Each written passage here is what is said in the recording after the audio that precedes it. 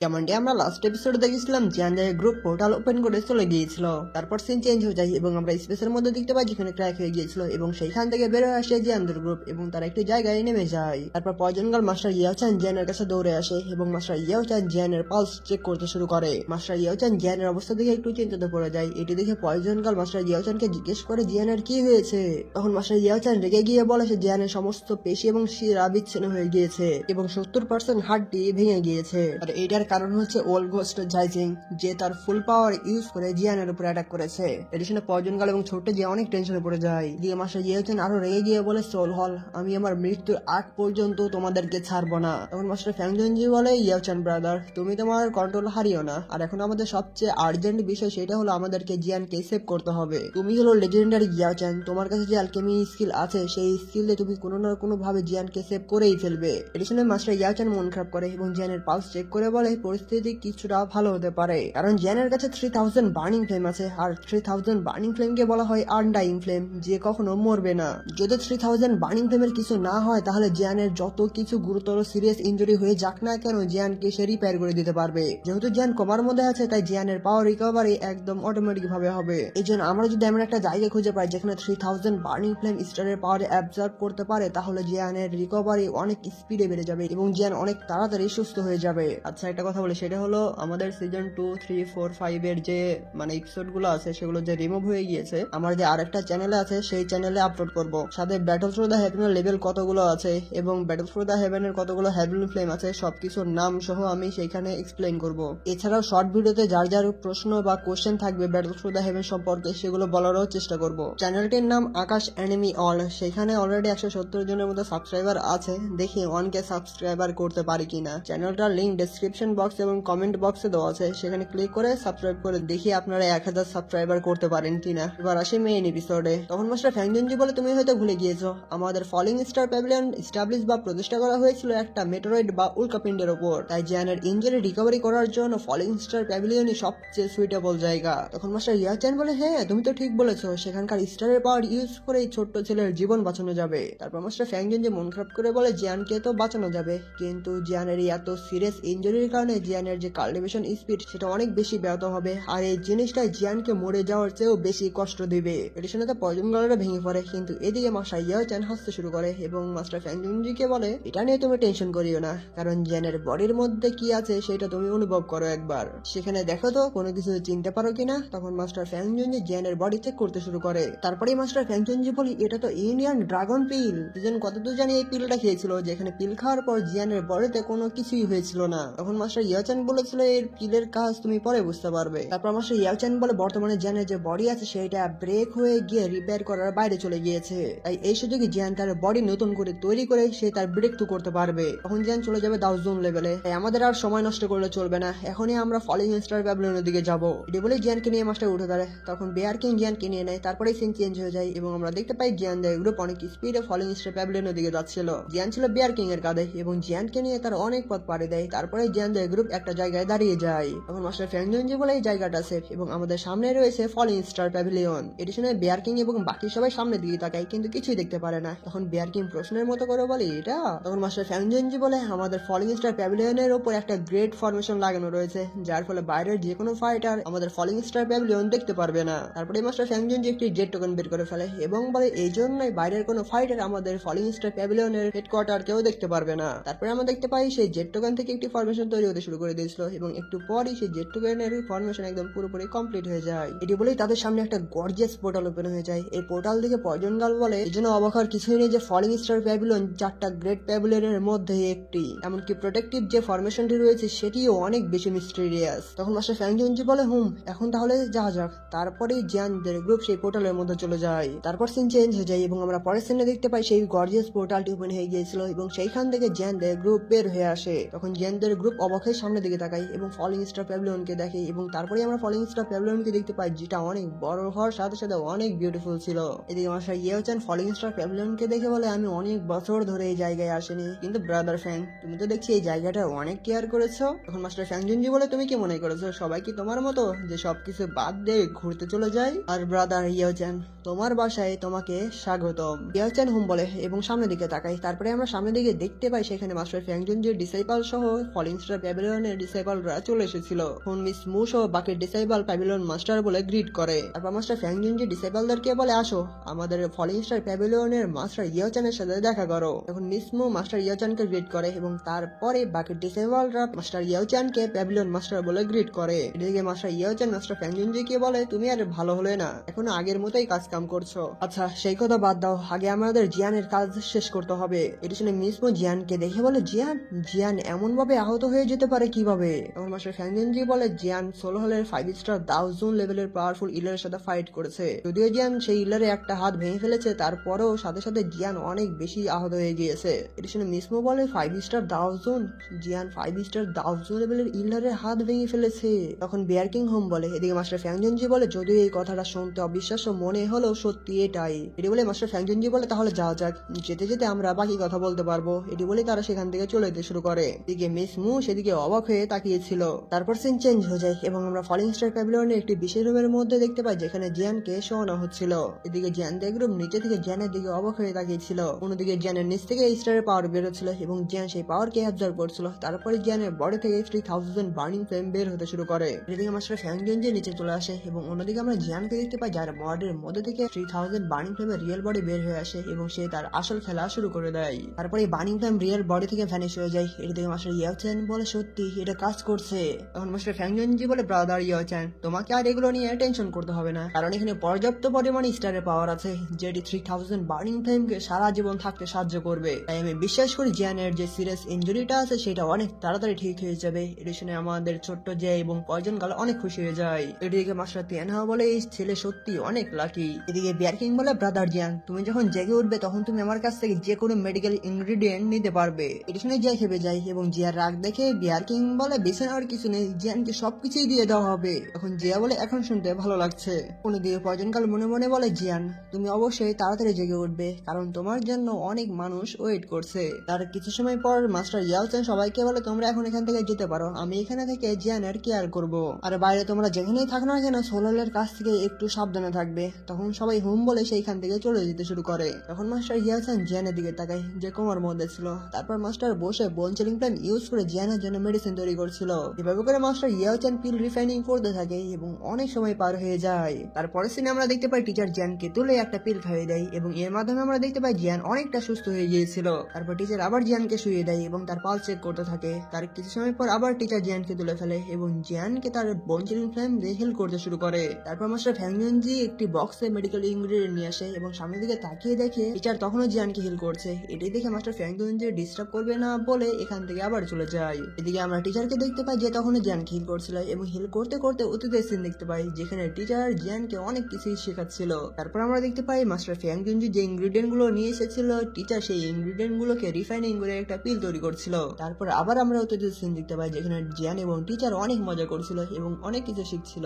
কি সেই দিনগুলো। তারপর সিন চেঞ্জ হয়ে যায় এবং আমরা টিচারকে দেখতে পাই যে আবার জিয়ানের পালস চেক করে। এভাবে করতে করতে অনেক দিন পার হয়ে যায়, দিন থেকে রাত, রাত থেকে আবার দিন, এভাবে করে সময় চলতে থাকে এবং চলতে চলতে প্রায় 1 বছর পার হয়ে যায়। তারপর আমরা মাস্টার ফ্যাংজুনজি এবং টিচারকে দেখতে পাই যারা একসাথে দাঁড়িয়েছিল। তখন মাস্টার ফ্যাংজুনজি টিচারকে বলে, প্রায় 1 বছর পার হয়ে গিয়েছে, এতক্ষণ তো জিয়ানের ইনজুরি ঠিক হয়ে যাওয়ার কথা, কিন্তু এত সময় পার হয়ে যাওয়ার পরও জিয়ান কেন জেগে উঠছে না? তখন সেখানে মিস মু চলে আসে এবং গ্রিট করে বলে, মাস্টার এবং প্যাভিলিয়ন মাস্টার, ডিসেবল কিছু নিউজ নিয়ে এসেছে। তখন মাস্টার ফ্যাংজুনজি বলে, কি সেটা? তখন মিস মু বলে, আমাদের লোকদের পাঠানো তথ্য অনুসারে মাস্টার ইয়াওচানের জন্য যে সোল ফ্রুট দরকার সেটা আমরা খুঁজে পেয়েছি এবং সেটি অবস্থিত রয়েছে এনশিয়েন্ট রুইনের ম্যাজিক্যাল বিস্ট মাউন্টেনে। এটি শুনে মাস্টার ফ্যাংজুনজি খুশি হয়ে যায় এবং বলে, এটা তো ভালো খবর ব্রাদার ইয়াওচান, একবার যদি আমরা সেই সোল ফ্রুট নিয়ে নিতে পারি তাহলে তুমি যে সোল এনার্জি হারিয়ে ফেলেছো সেটি পুনরায় তৈরি করতে পারবে। তখন টিচার বলে, জিয়ান যতক্ষণ পর্যন্ত না জেগে উঠছে ততক্ষণ পর্যন্ত এগুলো নিয়ে কথা বলার আমার কোনো ইচ্ছা নেই। এটি শুনে মাস্টার ফ্যাংজুনজি মন খারাপ করে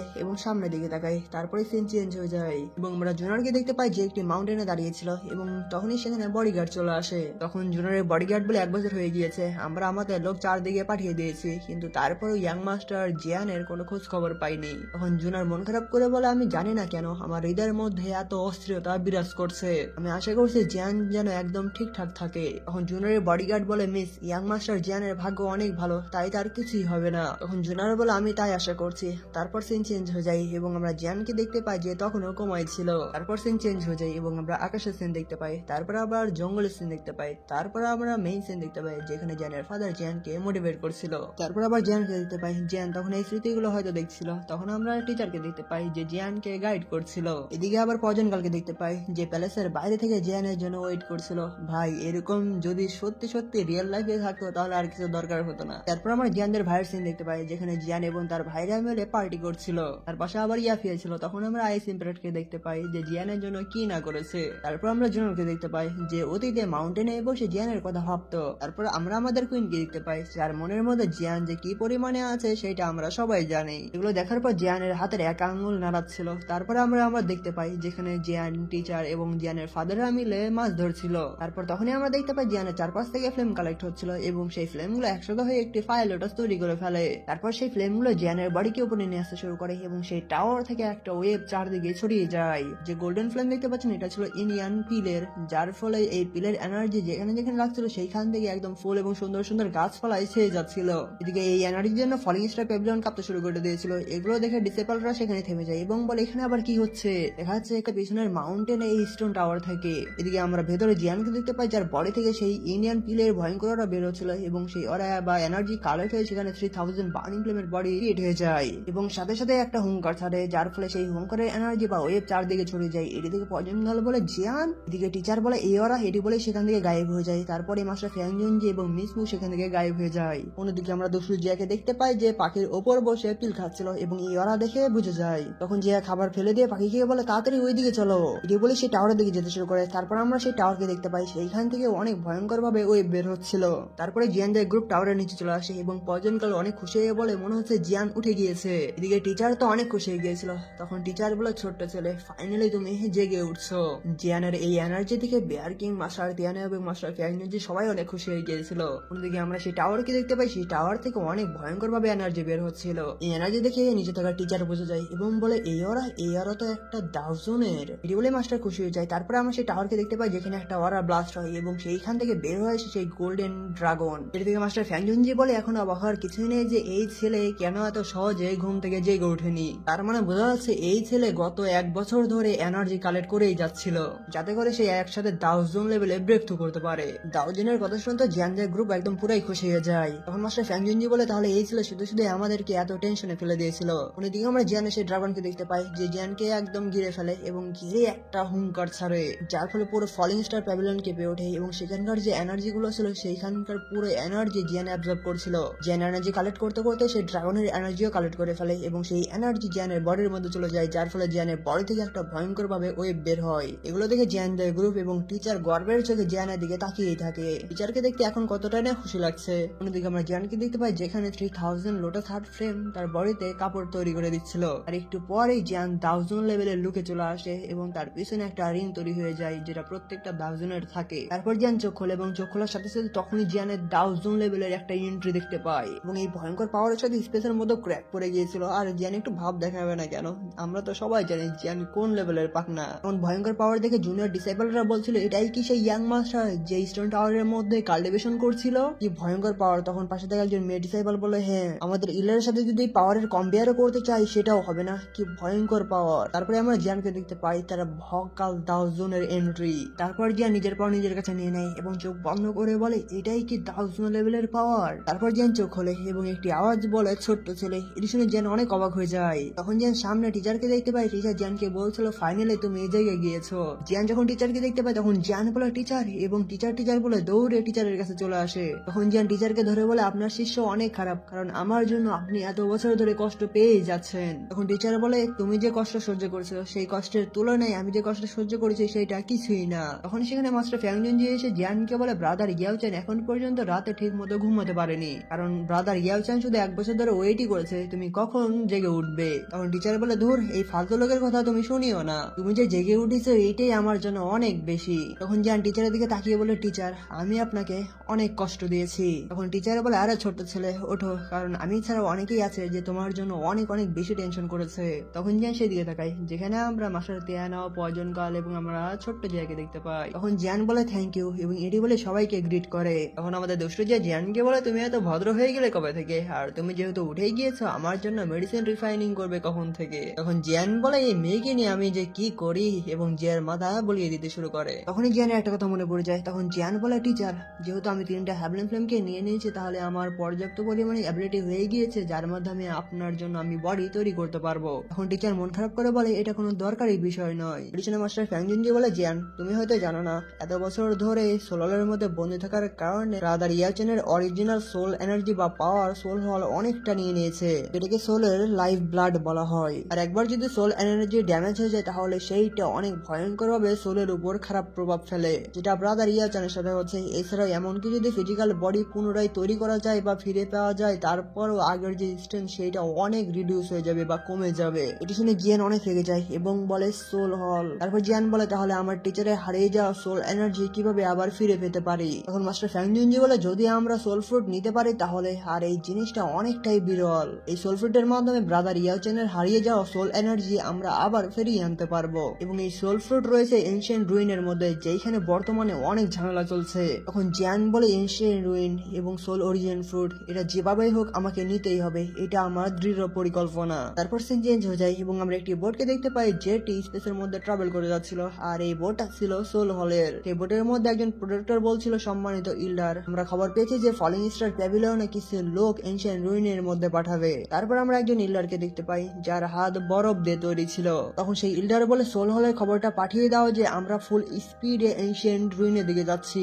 কারণ সেই ট্রেজারটা সোল হলের মাস্টার চাই, এই জন্য কোনো মতেই যেন সেই ট্রেজারটা অন্যদের হাতে না যায়। তখন প্রোটেক্টর বলে ঠিক আছে ইল্ডার, এটি বলে সে চলে যেতে শুরু করে। তখন আমরা সেই বরফ হাতালো ইল্ডারকে দেখতে পাই। তখন সেই ইল্ডার বলে, জিয়ান তোমার সাথে যখন দেখা হবে তখন তোমার সাথে রক্তের বিনিময়ে রক্ত দিতে হবে। এটি বলেই সেই ইল্ডার মাস্ক পরে নেয় এবং এই ইল্ডারটা কে ছিল সেটা আপনারা অবশ্যই কমেন্ট বক্সে বলবেন। আর একটা ব্যাড খবর হলো, আমার মনে হচ্ছে টিটিটিএস স্টুডিওর সাথে ব্যাটল থ্রু দ্য হেভেনের ফ্যানদের সাথে আরেকটা যুদ্ধ লেগে যাবে, কারণ আজকের এপিসোডের মধ্যে থেকে কুইন মেটস এবং তার মেয়ের সিনটা কাট করে দেওয়া হয়েছে। এই স্টুডিওতে ছোট পটকাকে পাঠাতে হবে, না হলে জীবনে এরা ভালো হবে না। আর এটি বলার পরপরই এখানে এপিসোডটি শেষ হয়ে যায়।